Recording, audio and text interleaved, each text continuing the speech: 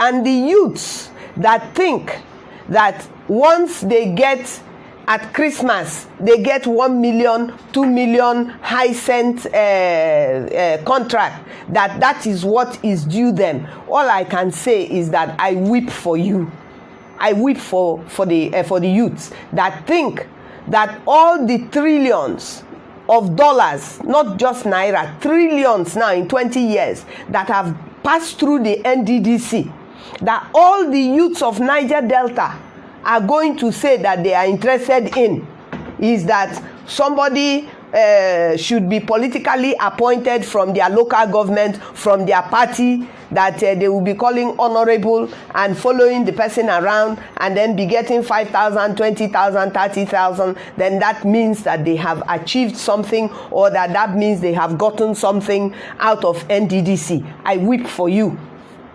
I weep, because if NDDC, some of the stories that one is hearing is unbelievable.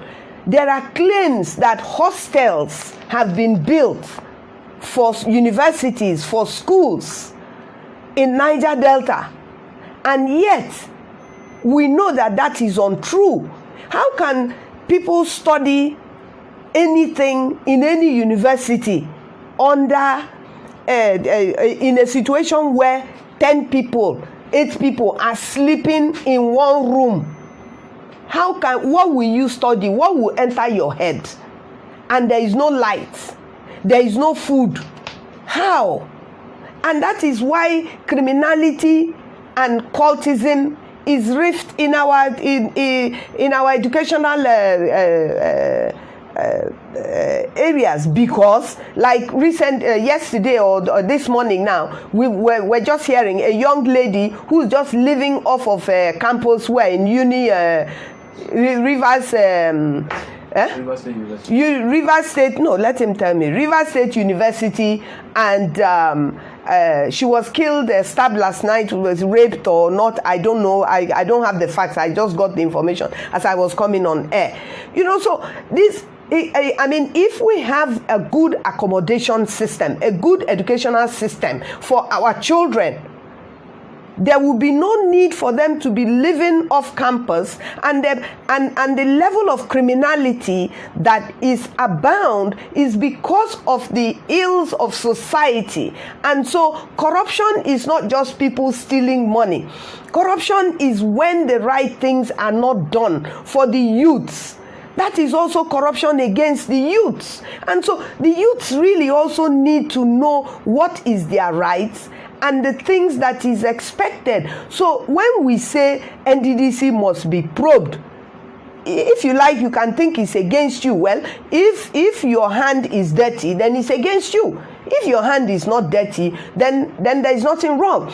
And when you have a situation where NDDC will take a budget to the National Assembly, and the people who are supposed to approve the budget in the National Assembly will first of all look at the jobs that make up the budget and begin to pick what they want out of the budget for themselves before they will approve the budget. This is the corruption, and this is why there is a resistance to what is being set up. If we are going to have this audit, there has to be an independent interim group of people, whether they are the 3 people that have been appointed now, or whether there are going to be more people, or whatever the case may be. We have to have an independent body that is not the appointed body. Like, for instance, my suggestion is that the board, the appointment of the board should be kept on hold. It should be kept on hold. Let the auditing take place. While the auditing is taking place, there should be a body that will sit on the NDDC to carry on what is supposed to be done. There cannot be a vacuum. in the NDDC just because there is a probe. We should have 3 people or 5 people or 10 people or whatever people that will be interim to run the NDDC. They are not the people that are going to probe the commission. The people that are going to probe the commission are going to be independent of the commission. They're going to be independent of politics and politicians. And we must have outside bodies with Nigerian auditing bodies that do not have affiliation or any kind of association with politicians or a particular political party. That is the only way we can be sure that justice will be done. So it is not a matter of they must appoint this person or that person. No, let us give the auditing firm, the auditing body, whether it is 6 months as has been requested, as we're hearing, and whether it is going to the money for the budgeting, for the auditing should be accounted for. It should be made public. The hearing should be public. The public should have the information. We should be briefed. We should know what is going on in the NDDC. And at the end of the day, we will be able to decide whether, as a matter of fact, we should even continue with things like NDDC, Ministry of Niger Delta, whether we should continue with amnesty. There is so much to talk about that we must face the reality in the Niger Delta. For instance, amnesty. Amnesty is about 10 years old now. Are people saying that they will continue, that the amnesty will continue? As a matter of fact, the amnesty unemployment? It's not unemployment. But some people are making it to seem as if it is unemployment. Anybody who is heading the amnesty has people opposing him and also have people supporting him. What type of nonsense is that? You are appointed to go and serve the people. It's not a right. It is not something that is a political gratification that somebody gives it to you. Today now in the amnesty, the people who are getting the so-called amnesty are no longer from the Niger Delta region. The people who are apart from the advisor, most of the people who are now functioning in the amnesty office are not from the Niger Delta. And this thing was set up for people who carried arms that are from the Niger Delta and that are from the ethnic nationalities of the Niger Delta. So basically, it is supposed to benefit the Niger Delta. Amnesty was set up to give a breathing space to the federal government by engaging the people who were armed at that time and giving their arms, so that the government will now do the things that the Niger Delta people are asking for, which is the development of the Niger Delta. That's not what's happening today.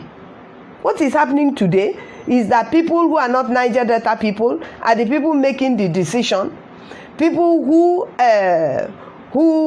are benefiting from it, and not even the potential people that may even carry arms in the future. We need to face the reality that is our issue in the Niger Delta. And so the corruption, I don't understand how one company can have payments made to it for every single day for 2 weeks, 1 week, 3 weeks.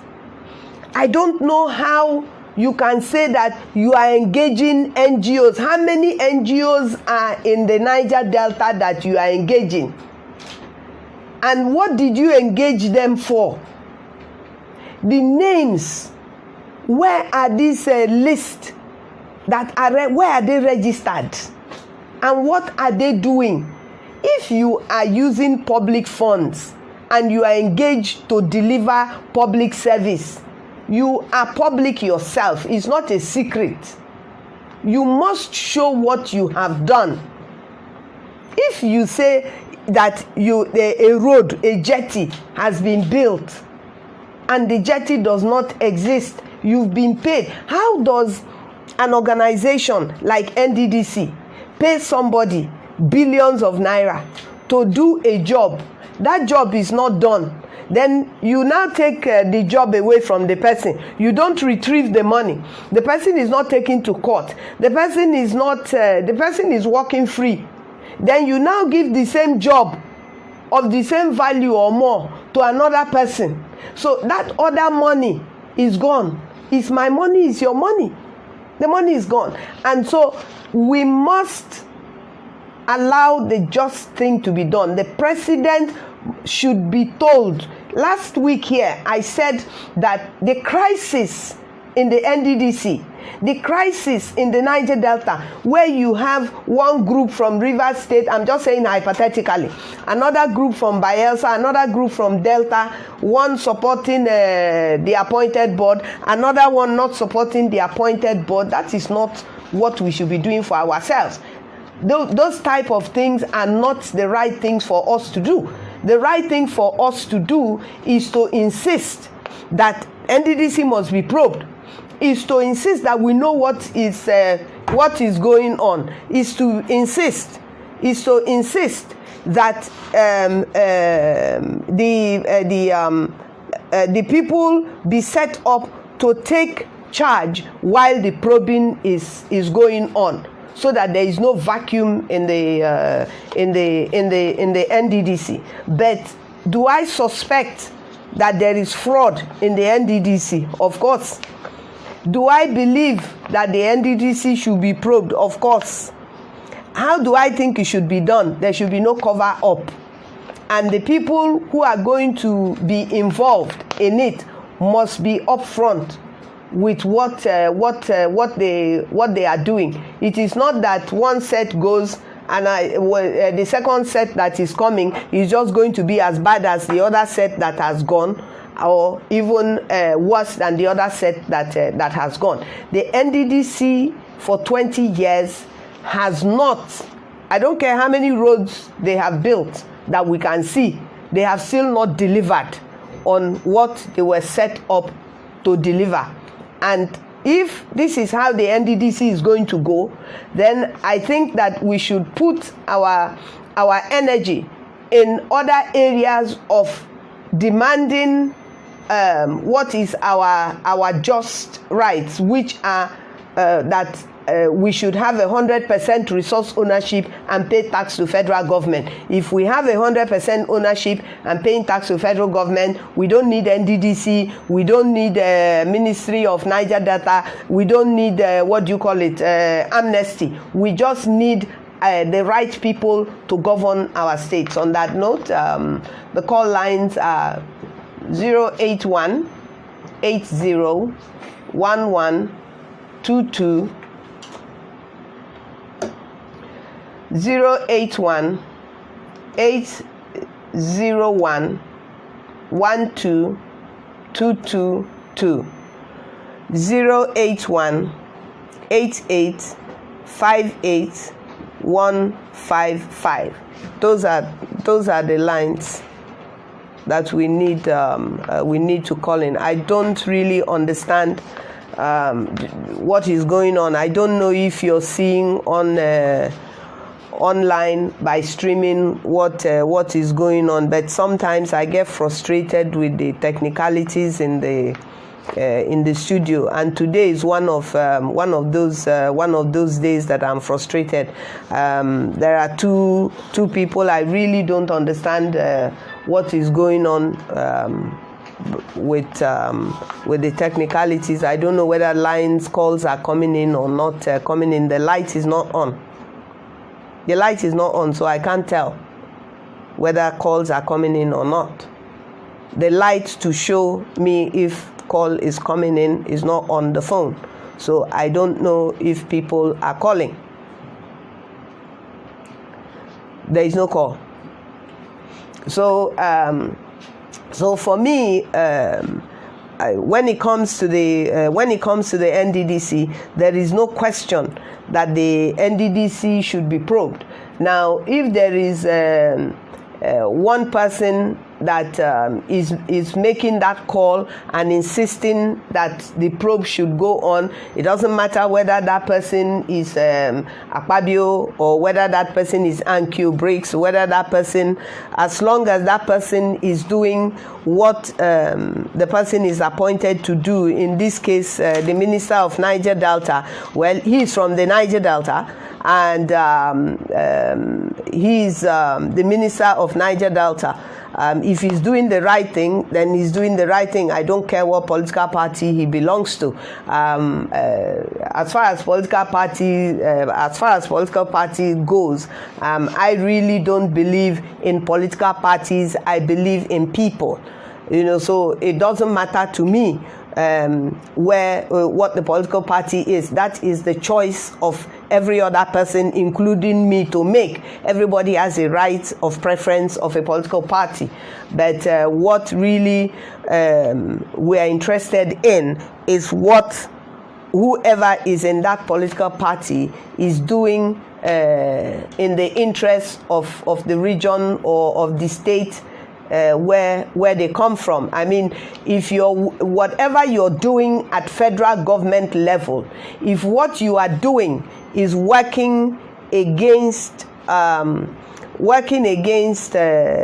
interests of the Niger Delta, then you're not, as far as I'm concerned, you're just a Niger Delta person in name, because unfortunately you're from the Niger Delta. If you're not doing anything that is in the interest of the Niger Delta people, and you're doing something that is in the interest of a party, or the person leading the party, or the person you think that is, or the person you think, hello?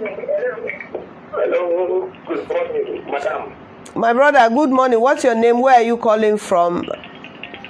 My name is Mr. Larry. I'm calling from Port Harcourt. Okay, go ahead. Yeah, madam. Niger Delta.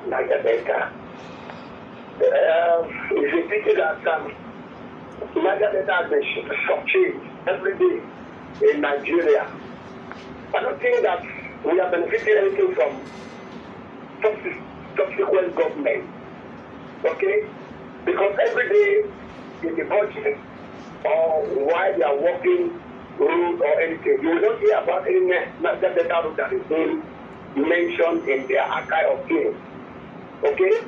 As an example, I'm in Abia State now in Aba, and it was a difficult thing to travel from Edinburgh Junction to Aba. Yeah. Yeah. But every day you hear Personal is talking about Top Maryland Bridge because it's in Lagos. Yeah. I'm not thinking that the money is coming from this our area. Yeah. Why is it that people are migrating all this way? I don't think it. And the other thing, when I call you, I ask you if we have representatives, those that are representing something, the Senate or House of Reps. Yeah. Because each time I watch the television, I'm not seeing any of them talk about take our zone. Everybody just sitting down, looking at the other people while they are taking everything to their side. We are just dying here. It is a pity. Yes. Unlike what the governor talked today, that Dangote, if you go to Port Harcourt Street, you will see Dangote trucks everywhere. Yes. There is nothing Dangote is doing for Niger Delta. Yes. Okay? When he build a refinery, he take it, every day they want to take it to Lagos so that our people here will not benefit anything from them. It is a pity. And every day we could keep on electing our people in government. But they are not protecting our interests. Thank you. Madam. Thank you. They ask you if all these things we are saying, if they are hearing it. I don't know, my brother. I can only continue. I'm trying now. I'm trying. I'm trying. Benefit our resources because we're not benefiting anything. I'm telling you. Thank you. We're not benefiting anything. Thank you. What they call us is militants and all these things. I know. Why our churches is being taken away from for other people? I know. I know. Thank you very much, madam. Thank you. Thank you. All right. Well, I think that is what I've been doing for the past 2 decades, just standing up for the truth. Some people like it, some people don't like it, but as time goes on, do we have a call? As time goes on, hello? As time goes on, we're getting people are beginning to realize that that these things are real and that these are the problems that that we're facing. Well, I don't know, but I do hope that people are hearing this particular broadcast. I mean, quite honestly, I'm totally confused. If you're watching me online, you can see that I'm quite stressed out. But sometimes these things are technical things, and they will happen. I'm worried whether we're actually on air or not. But hopefully we are. So the reality is that the youths of the Niger Delta. I am not a youth. I am a youth in spirit, because everything I'm doing actually is the things that the youths should be doing. The spirit, God has given me the strength and the spirit, the patience and the wisdom to do what I'm doing. But really, this fight, I'm not fighting it for myself. As a person, I don't see. I mean, am I going to run for president of Nigeria? Am I going to run for governor of Rivers State or president of Niger Delta? What am I going to run for?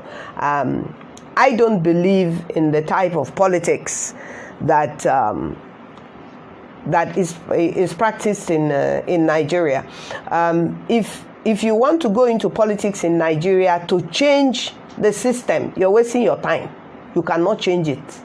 When you enter there as one person, you will just, either you will be floating as a non-performer or you will join them.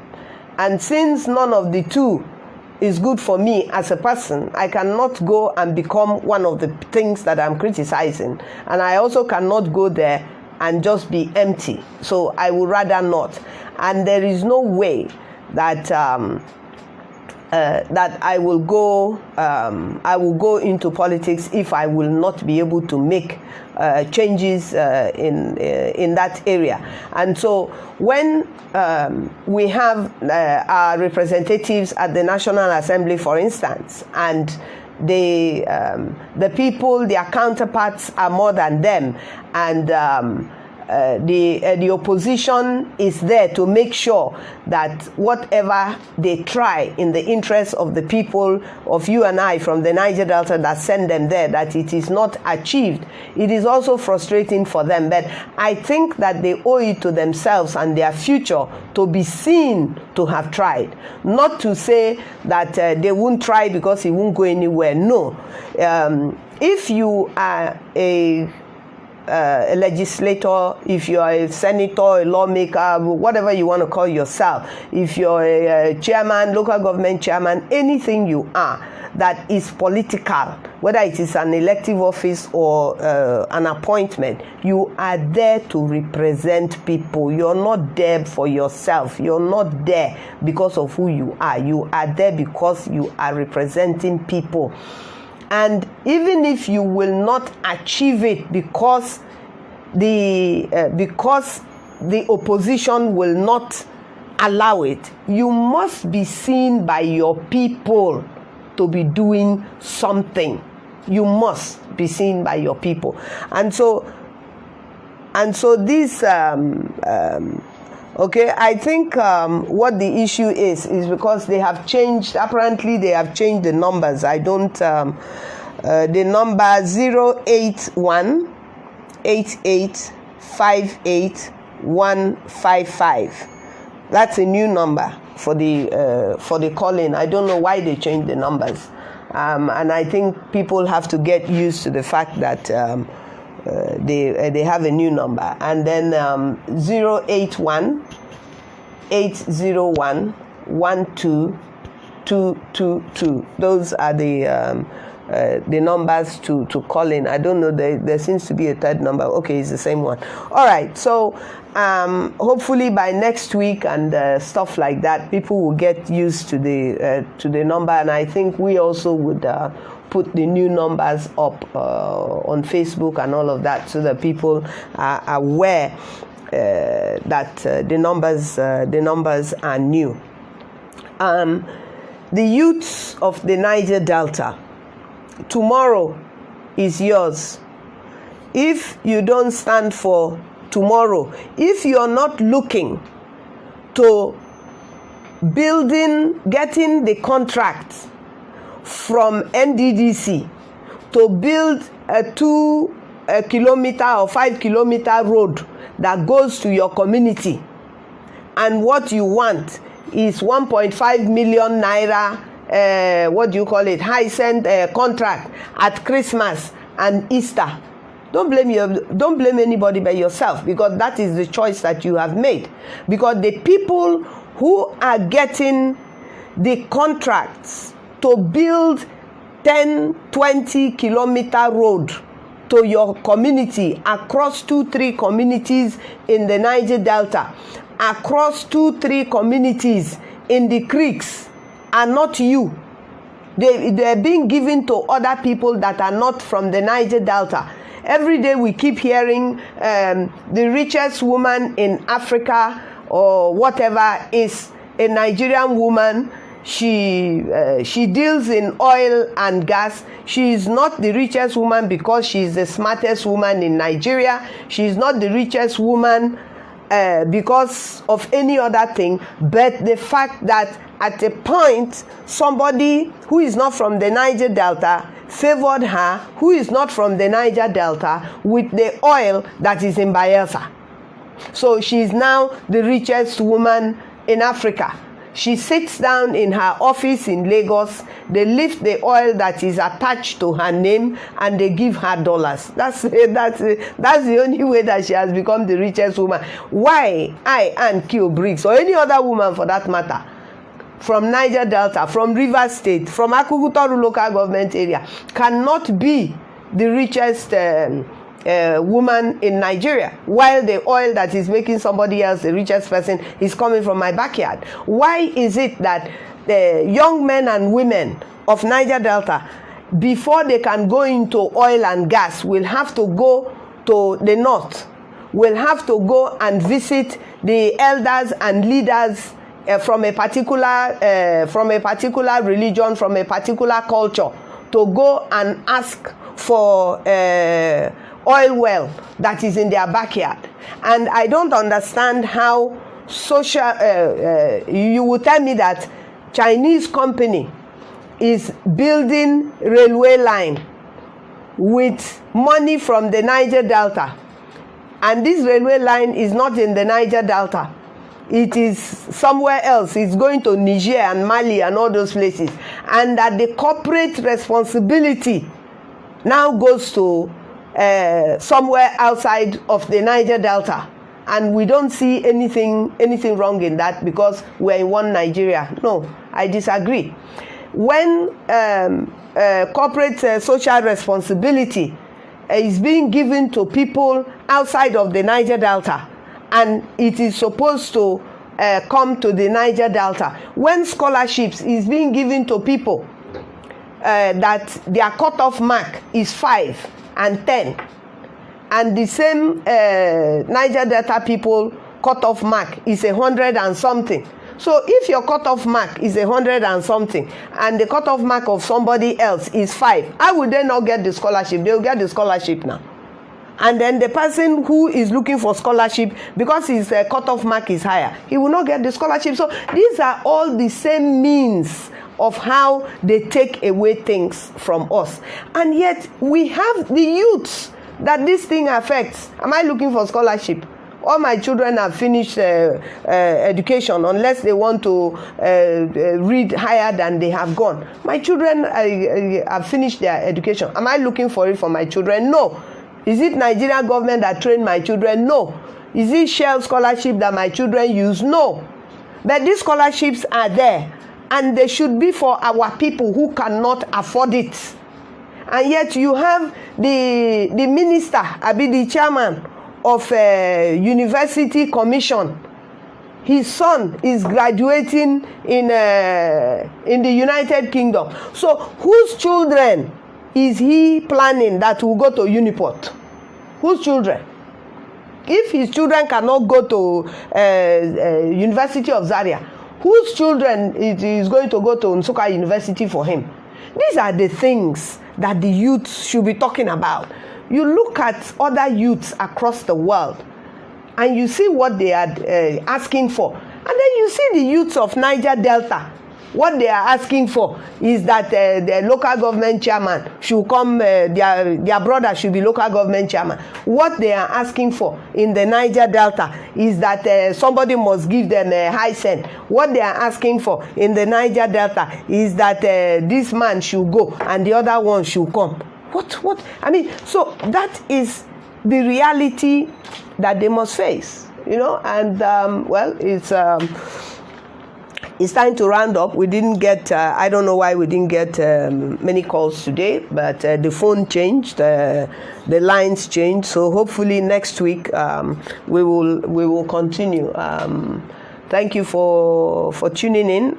This is Saving the Niger Delta with Annkio Briggs, and I stand firmly on the fact that the NDDC should be probed, NNPC should be probed, anything that is any agency that the money is coming from the Niger Delta. That means even the federal government itself. Everything should be probed because it is our money. On that note, thank you very much, and I look forward to interacting with you next week. Thank you, and have a good day.